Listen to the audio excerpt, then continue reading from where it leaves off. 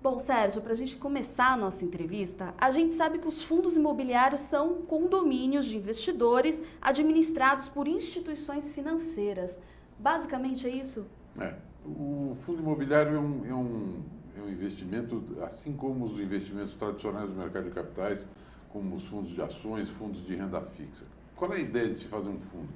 A ideia de um fundo de investimento é que, geralmente, o investidor, quando ele está sozinho, ele não tem, muitas vezes, capacidade de escolher bem, de analisar o mercado todo, ou de ser importante com o volume que ele vai investir dentro do mercado onde ele vai atuar. Então, ele se junta a outros investidores dentro de uma forma regulada e fiscalizada pelos organismos de governo que cuidam disso.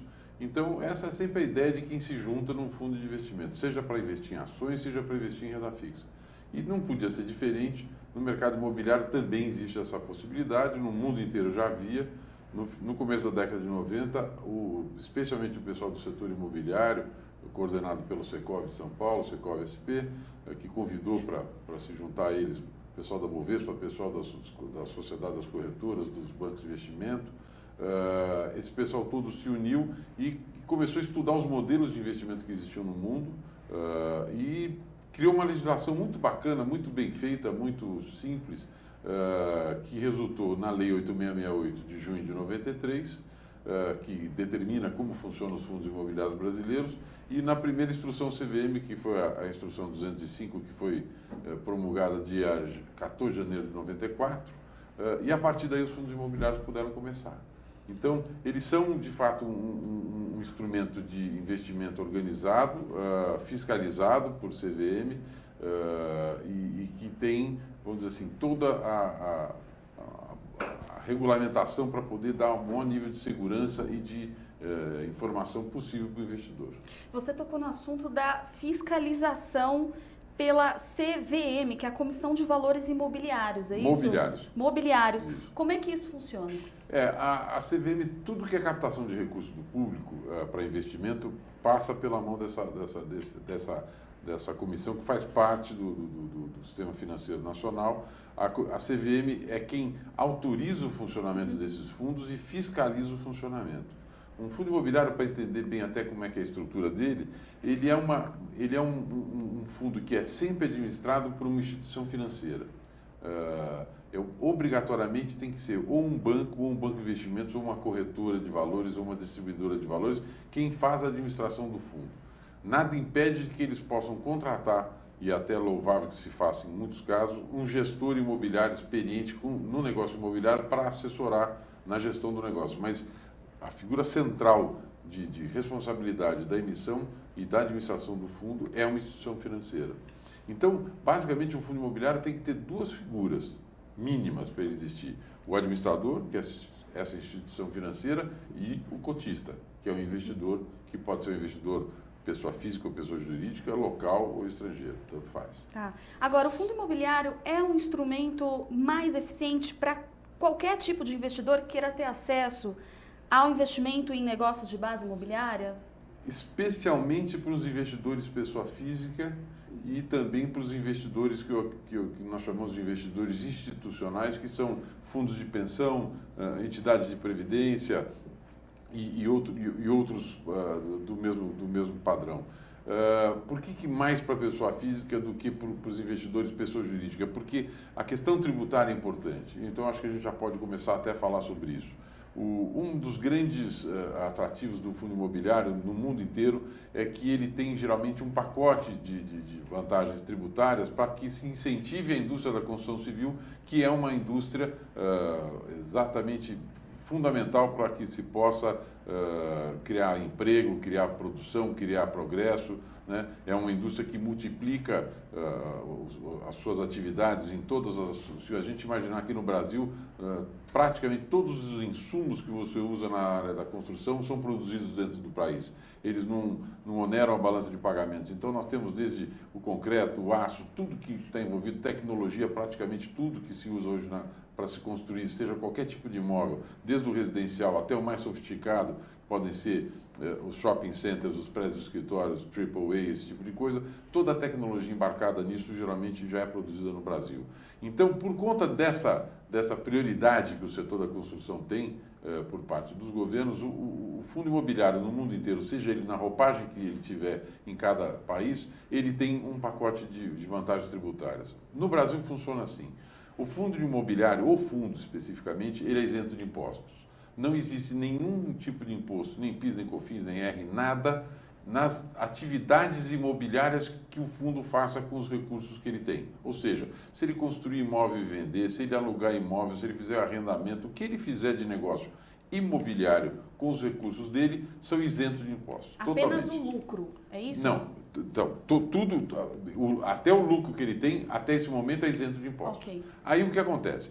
Tem, segundo a Lei 9779, que é de janeiro de 99, essa lei estabeleceu o seguinte ponto: o fundo continua sendo um ambiente totalmente isento de impostos, desde que ele tenha duas condições principais. A primeira é que ele distribua, no mínimo, 95% do seu lucro a cada semestre civil, ou seja, ele apura de janeiro a junho, distribui em julho, apura o resultado de julho a dezembro e distribui em janeiro seguinte. Essa é a primeira condição, que ele distribua 95% no mínimo de todo o seu lucro. E a segunda condição é que quem seja enquadrado como construtor, incorporador ou sócio de imóvel que faça parte do fundo, eles e todos os seus parentes até segundo grau, somados, não podem ter mais do que 25% das cotas do fundo. Qual é o objetivo disso? É não fazer com que o fundo imobiliário fosse um paraíso fiscal para grandes incorporadores imobiliários. O objetivo não é esse. O objetivo do fundo imobiliário qual é? É captar recursos capilarizados, ou seja, trazer investidores de todo lado para juntos constituir uma força muito grande de investimento para viabilizar o desempenho e o desenvolvimento da indústria da construção civil.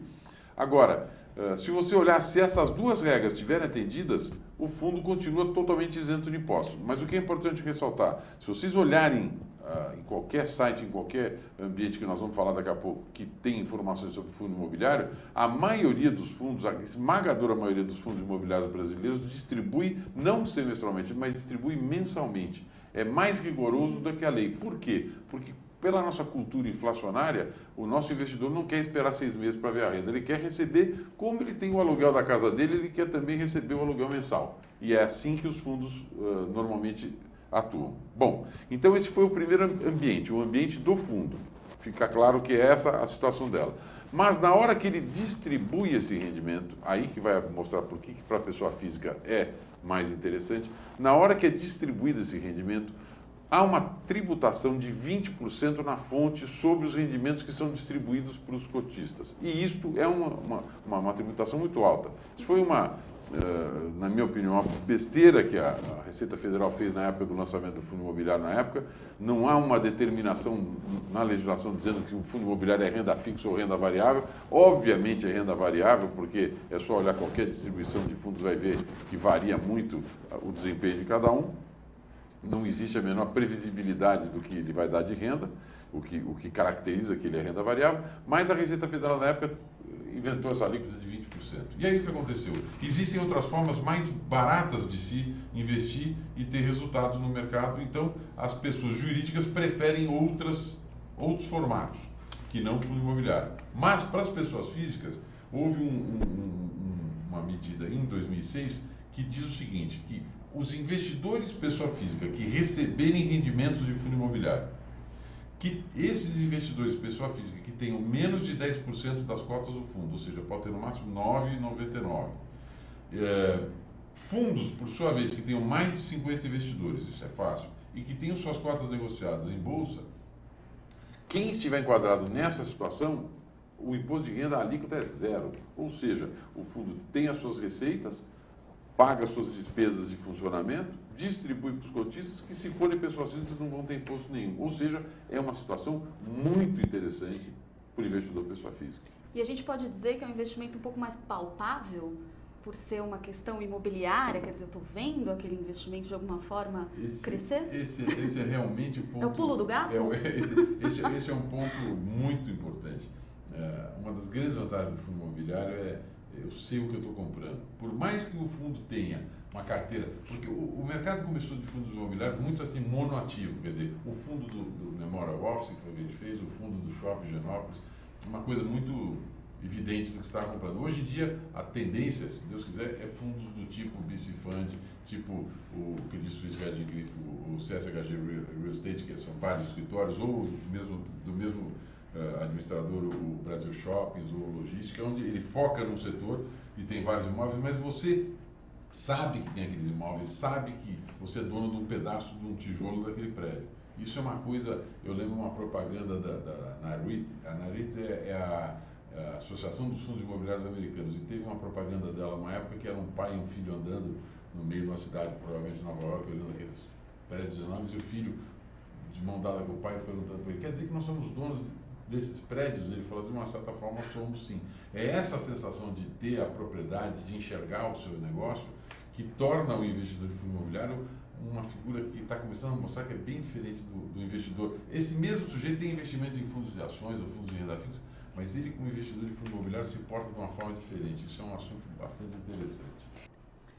E as vantagens dos fundos imobiliários? Eu separei alguns aqui para a gente discutir um pouquinho, que eu achei bem interessante, viu, Sérgio? A questão do menor custo, que a gente já vem falando durante a nossa entrevista, acesso a investimentos de melhor qualidade, diversificação, fracionamento, transparência, comodidade e os benefícios fiscais, que inclusive também nós já conversamos aí sobre isso. Fala um pouquinho sobre essas vantagens. Bom, é bem fácil de defender esses argumentos. Eu faço uma comparação seguinte: se eu hoje tiver que vender um imóvel de R$300 mil, eu tenho que tirar uma certidão para mostrar que esse imóvel é meu. Eu tenho que mostrar certidões que comprovem que eu estou financeiramente habilitado a vender, que eu não estou devendo, que eu não estou com protestos, esse tipo de coisa. Eu tenho que pegar a assinatura da minha esposa, mesmo sendo casado. Se eu fosse casado em separação total de bens, o comprador cauteloso vai querer fazer por segurança, a assinatura do cônjuge. Nós temos geralmente um corretor no meio, que tem uma corretagem de 4, 5, 6%. Nós vamos passar esse negócio em cartório, vamos pagar o cartório, vai ter o ITBI de 3%, 4%, depende da praça que for. Enfim, é uma operação morosa, é uma operação demorada, é uma operação burocrática. Agora, se eu quiser vender Petrobras, eu passo a mão no telefone, eu posso até nem falar com o meu operador, o corretor da corretora, eu posso direto no home broker, no meu telefone, no meu computador, fazer uma venda de 300 mil, 500 mil, 1 milhão, o que for. Em 3 dias o dinheiro está na minha conta, a corretagem é menor do que 0,5%, eu posso estar brigado com a minha mulher, devendo no cartão de crédito, e nada disso me impedir de fazer o negócio.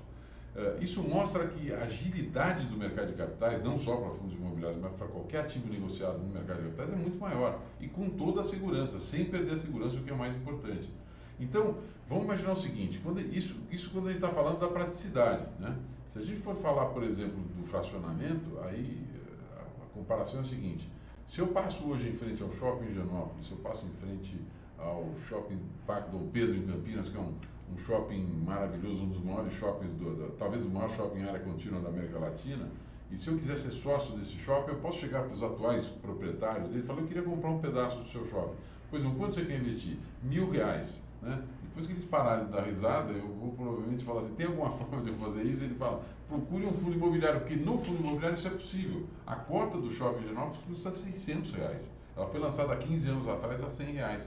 Então, com R$600, a pessoa pode comprar uma cota do Shopping Higienópolis. Você consegue comprar um ativo de extrema qualidade, alugado para inquilinos de primeira grandeza, né, através de um processo bastante simples. Isso você não consegue fazer. Como é que eu vou ter acesso com pouco capital a um investimento, por exemplo, tão diversificado quanto eu posso conseguir num fundo como o do Banco Itaú Quinéa, que é um fundo que investe em prédios, escritórios, galpões maravilhosos, bem administrados? Só através de um instrumento como o fundo imobiliário. Sim, e os investidores, eles dividem também a questão do risco, né? Como qualquer outro tipo de investimento. A ideia de se unir num fundo, seja ele de ações, renda fixa ou imobiliário, é que nós vamos dividir sucessos e insucessos. Ou seja, nós somos sócios de uma empresa. Uma coisa que é sempre bom lembrar: um fundo de ações, um fundo de imobiliário é como se fosse uma companhia. A cota do fundo, a menor parte divisível do capital, que é a cota, é igual a ação de uma empresa. Então, o cotista age da mesma forma como o sócio de uma empresa. Ele tem vantagens divididas entre todos, desvantagens também que possam acontecer divididas entre todos, decisões a serem tomadas através vamos dizer, do esqueleto do negócio inicial, que é o regulamento de operações inicial, mas todas as decisões dali para frente, em assembleias onde eles votam, tem seus quóruns de votação, todo um processo. Esse processo vem sendo modernizado para poder ser feito cada vez mais eletronicamente, sem precisar da presença física, o que anima muito e acaba fazendo com que haja uma participação maior de um investidor, que é o investidor de fundo imobiliário, que é um sujeito que se porta de uma forma, nós estamos começando a perceber isso, de uma forma muito mais ativa do que normalmente ele é quando ele é investidor em ações ou renda fixa. A atitude do investidor em fundo imobiliário é uma coisa que tem chamado a atenção no mercado.